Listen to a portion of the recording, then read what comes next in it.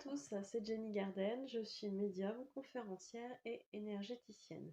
Alors, j'espère que vous allez bien. Aujourd'hui, je vais vous parler des familles d'âmes. Alors, dans un tout premier temps, on va expliquer déjà le départ, donc très brièvement. Une famille d'âmes, je vais remettre un peu mon micro. Une famille d'âmes va être issue en fait de la source. Alors la source, ça va être pour certains ce qu'ils appellent l'univers, Dieu. Euh, Après, il y en a certainement d'autres qui utilisent d'autres termes. Moi, j'aime bien l'univers ou la source. Maintenant, après, à vous de voir ce que vous mettez derrière en fonction de vos croyances. Ce sera juste de toute façon. Alors, donc, la source, c'est une vibration d'amour inconditionnel et effectivement, elle contient, on va dire ça comme ça, elle regroupe toutes les âmes et ces âmes vont être dispatchées en plusieurs familles. Donc en plusieurs familles d'âmes et chaque famille d'âmes en fait va avoir un rôle différent pour justement l'exprimer sur Terre. Alors, j'ai pris quelques notes parce que je voulais rien oublier. Le but des familles d'âmes, ça va être quoi? Ça va être tout simplement de servir cette source dont elles sont issues et de, je dirais, faire ce pourquoi elles sont faites en fait. Par exemple, la famille des guérisseurs va porter le fluide de guérison et est censé, je dirais, euh, transmettre ce fluide de guérison à l'humanité. Alors l'humanité au sens large, et il faut surtout pas se dire parce que on est une âme qui fait partie de la famille d'âmes des guérisseurs, qu'on a énormément de travail et qu'on n'arrivera jamais à guérir tout le monde. Non, surtout pas. Il faut se rappeler qu'on est énormément d'âmes incarnées sur Terre et qu'on fait tous partie d'une famille d'âmes. Donc si il y a tant de familles et que bah, on est nombreux à ce point-là, il faut avoir cette logique aussi de se dire je ne suis pas tout seul dans ma famille d'âmes. Donc si je fais partie de la famille des guérisseurs, certes je vais avoir ma contribution à apporter, mais ça, on le fait qu'on en soit conscient ou pas, hein. De toute façon, j'ai envie de vous rassurer là-dessus. C'est toujours une peur de mes consultants, c'est ah, mais c'est quoi ma mission? Je fais partie de quelle famille, etc. Parce que faut que je me mette au boulot. Bah non, on l'a fait déjà spontanément, hein. J'en parle justement dans ma vidéo sur la mission de vie. Voilà, vous pourrez aller la visionner si vous souhaitez.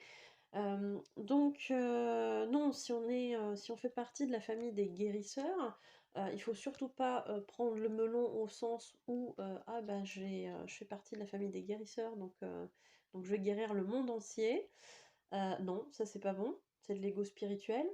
Euh, Et puis, mais bon, si ça fait partie de votre chemin de l'expérimenter, vous l'expérimenterez de toute façon, mais voilà, c'est pas dans ce sens-là hein, qu'il faut raisonner selon moi, mais plus du côté euh, je suis là et comme toutes les âmes qui font partie de la même famille d'âmes que moi, j'apporterai ma contribution à tout ça, mais à mon échelle à moi. Donc voilà, si c'est 10 personnes dans une vie, ça sera 10 personnes dans une vie et ce sera très bien.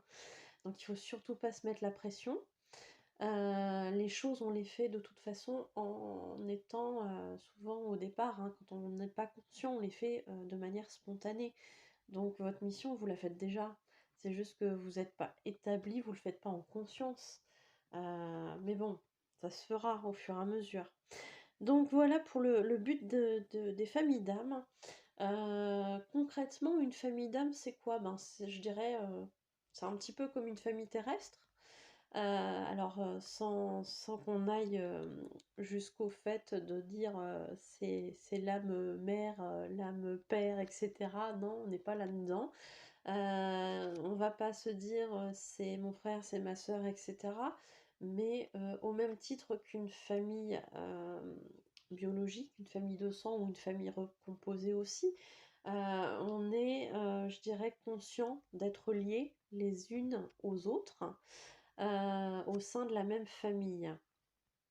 Donc c'est un peu semblable tout en étant différent puisque c'est dans la dimension terrestre, céleste, pardon, pas terrestre justement, dans la dimension céleste, au niveau spirituel, au niveau de l'âme, voilà. Il faut savoir que justement, à partir du moment où on va être conscient de la famille d'âme à laquelle on appartient, à ce moment-là, effectivement, on fera les choses beaucoup plus en conscience. Si votre but, si vous faites partie, on va continuer avec l'exemple de la famille des guérisseurs, si vous savez à un moment donné que vous faites partie de cette famille-là, forcément, dans votre quotidien, vous allez faire des actions en ce sens-là. Donc, vous allez porter ce fluide de la guérison, peu importe le moyen, mais du coup, vous allez le porter. Et plus vous allez être conscient de ça et mettre des actions en place dans ce sens-là, et plus vous allez voir des autres personnes qui vont faire partie, elles aussi, de la famille des guérisseurs. Alors, elles en seront conscientes ou pas, peu importe, et ça, c'est pas gênant. Mais dans tous les cas, vous allez vous regrouper entre familles d'âmes. Vous allez vous regrouper entre guérisseurs, vous allez vous regrouper peut-être entre passeurs d'âmes, vous allez vous regrouper entre enseignants, etc. etc. Parce que à partir du moment où on est conscient de ce qu'on est venu faire, ben on va attirer en fait les membres de la même famille que nous pour que justement on puisse tous s'entraider et porter finalement cette mission d'âme, quoi, tout simplement. Euh, Alors ça n'empêche pas, hein, ça empêche pas les interactions entre les autres familles d'âmes et la vôtre. Pas du tout, puisque quand on est issu de la source, il faut se rappeler qu'on est tous un, on fait tous partie de cette source-là. Donc forcément, voilà, certes, agir entre membres de la même famille, c'est très bien parce que on a cette mission commune pour les guérisseurs de porter ce fluide de guérison, si on garde cet exemple-là, tout comme d'habitude. Mais ça n'empêche pas qu'un guérisseur va pouvoir être en contact avec un passeur d'âme, par exemple. Au contraire, les liens entre les deux familles se feront encore plus. Là aussi, il y aura une belle connexion, et ça n'empêche en rien de faire sa mission à côté. Mais les deux vont pouvoir s'aider, tout simplement. Donc, qu'est-ce que j'ai encore à vous dire? Et oui, plus on va être aligné, plus on va rencontrer des personnes qui vont faire partie de la même famille que nous, et plus en fait on va faire sa mission, je dirais, de manière consciente, sa mission de vie, sa mission d'âme. Et plus ça va être concret en fait dans la matière. D'où le fait de conserver quand même une certaine humilité par rapport à tout ça, hein. Je vous parlais du guérisseur tout à l'heure qui se disait chouette, je vais guérir l'humanité entière. Bien évidemment, on n'est pas là-dedans du tout. Euh, Il faut savoir aussi que certes, on fait partie d'une famille d'âmes, mais je dirais, il est possible à certaines occasions que l'on se détache en fait de sa famille d'âme d'origine pour aller quelque part travailler avec une autre famille d'âme, pour concrétiser une mission avec une autre famille d'âme.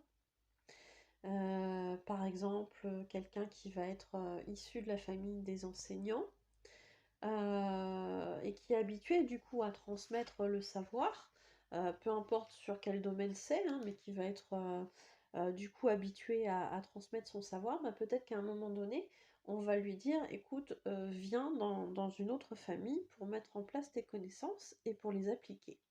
Voilà.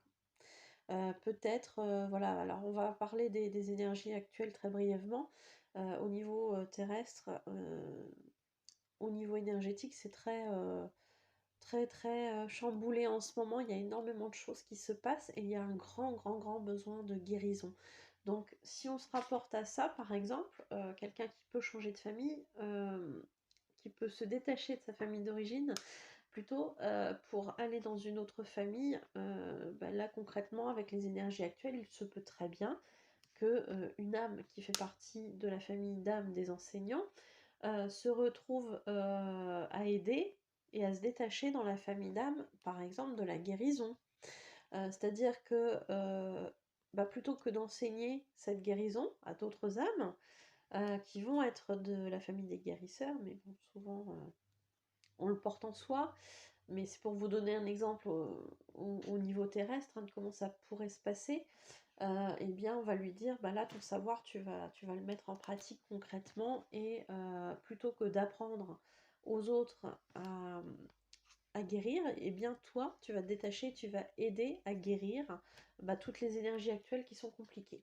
En gros, hein, ça va être ça, c'est pour vous donner un exemple plus concret. Mais voilà, après cette mission-là, on retournera bien évidemment dans sa famille d'origine, sa famille d'âme d'origine, voilà, tout simplement. Je vais vous transmettre, je vais vous donner les noms des familles d'âmes. Alors c'est celles que j'ai trouvées, ce sont ceux, pardon, que j'ai trouvés. C'est ce qui me semble le plus exhaustif au jour d'aujourd'hui, au moment où je tourne la vidéo, sachant que bah, les énergies actuelles font que il est probable que ça évolue encore dans le temps. Alors peut-être pas pour toutes les familles, mais pour certaines. Donc bah, s'il y a besoin à un moment donné de faire une mise à jour, je la ferai. Euh, donc ça fait partie des familles qui sont, je dirais, incarnées en ce moment, parce qu'on en a besoin, tout simplement. Donc les différentes familles, je vais vous les nommer. Je vous informe que je ferai une vidéo sur chaque famille d'âmes. Et du coup, bah là je ne vous transmettrai que les noms pour éviter de répéter la même chose dans une autre vidéo, ça serait dommage. Donc voilà. On a différentes familles. Donc la première est celle des maîtres. La deuxième est celle des guérisseurs. La troisième est celle des guerriers guérisseurs. La quatrième, celle des chamans. La cinquième, celle des guérisseurs enseignants. La sixième, la famille des guerriers. La septième, celle des alchimistes fées. La huitième, la famille de la communication. La neuvième, la famille des enseignants. La dixième, la famille des passeurs. La onzième, la famille des initiateurs de conscience. Je sais plus, je crois que j'étais à 11. La douzième, la famille des piliers. Et la 13e, la famille des mécaniciens. Voilà. Je vais recompter quand même, mais je crois que ça fait ça. 1, 2, 3, 4, 5, 6, 7, 8, 9, 10, 11, 12, 13. Ouais, c'est ça. On y est. Je sais compter, c'est bon. Au moins jusqu'à 13. Donc voilà, ça ce sont toutes les familles en fait qui sont incarnées en ce moment, parce qu'on a énormément besoin d'elles avec tout ce qui se passe. Pour information, j'avais déjà fait une première vidéo sur la famille des passeurs d'âmes, parce que c'est celle dont je fais partie. Donc bah, quand on connaît bien le sujet, voilà, hein, c'est plus pratique d'en parler. Dans tous les cas, de la façon dont ça se concrétise au quotidien, et je pense qu'il y avait besoin d'en parler à un moment donné. Donc je vous mettrai, je vous mettrai une petite fiche justement pour que vous puissiez cliquer dessus sur la vidéo. Alors ça devrait se mettre en haut à droite normalement. Et comme ça vous cliquez dessus, et puis vous pourrez aller voir la vidéo sur les passeurs d'âme. Donc c'est tout ce que je voulais vous dire. Oui, je crois que c'est tout. Donc pour les familles d'âme, voilà un petit peu ce que j'avais à dire. Peut-être qu'un jour je ferai une mise au point, ou que je rajouterai quelque chose, je sais pas encore, on verra à ce moment-là, mais au jour d'aujourd'hui ça me paraît complet, voilà. Bah, écoutez, j'espère que cette vidéo, vous aura plu. Si c'est le cas, n'hésitez pas à liker, à commenter et à partager, cette vidéo. N'hésitez pas aussi à vous abonner à la chaîne si ce n'est pas encore fait et si le sujet vous intéresse. Vous pourrez cliquer sur, le bouton s'abonner en rouge et ensuite cliquer sur la clochette pour être prévenu des nouvelles vidéos. Aujourd'hui, vous aurez aussi la possibilité à la fin de la vidéo de trouver mes coordonnées, pour justement, si vous avez besoin, d'un rendez-vous pour un soin ou une voyance, bah, écoutez, vous pouvez me contacter à ces coordonnées-là, à la fin de la vidéo ou sur Facebook éventuellement, c'est possible aussi. Bah, écoutez, je vous souhaite une bonne journée, une bonne fin de journée, en fonction de l'heure à laquelle, on est et je vous dis à bientôt. Prenez soin de vous.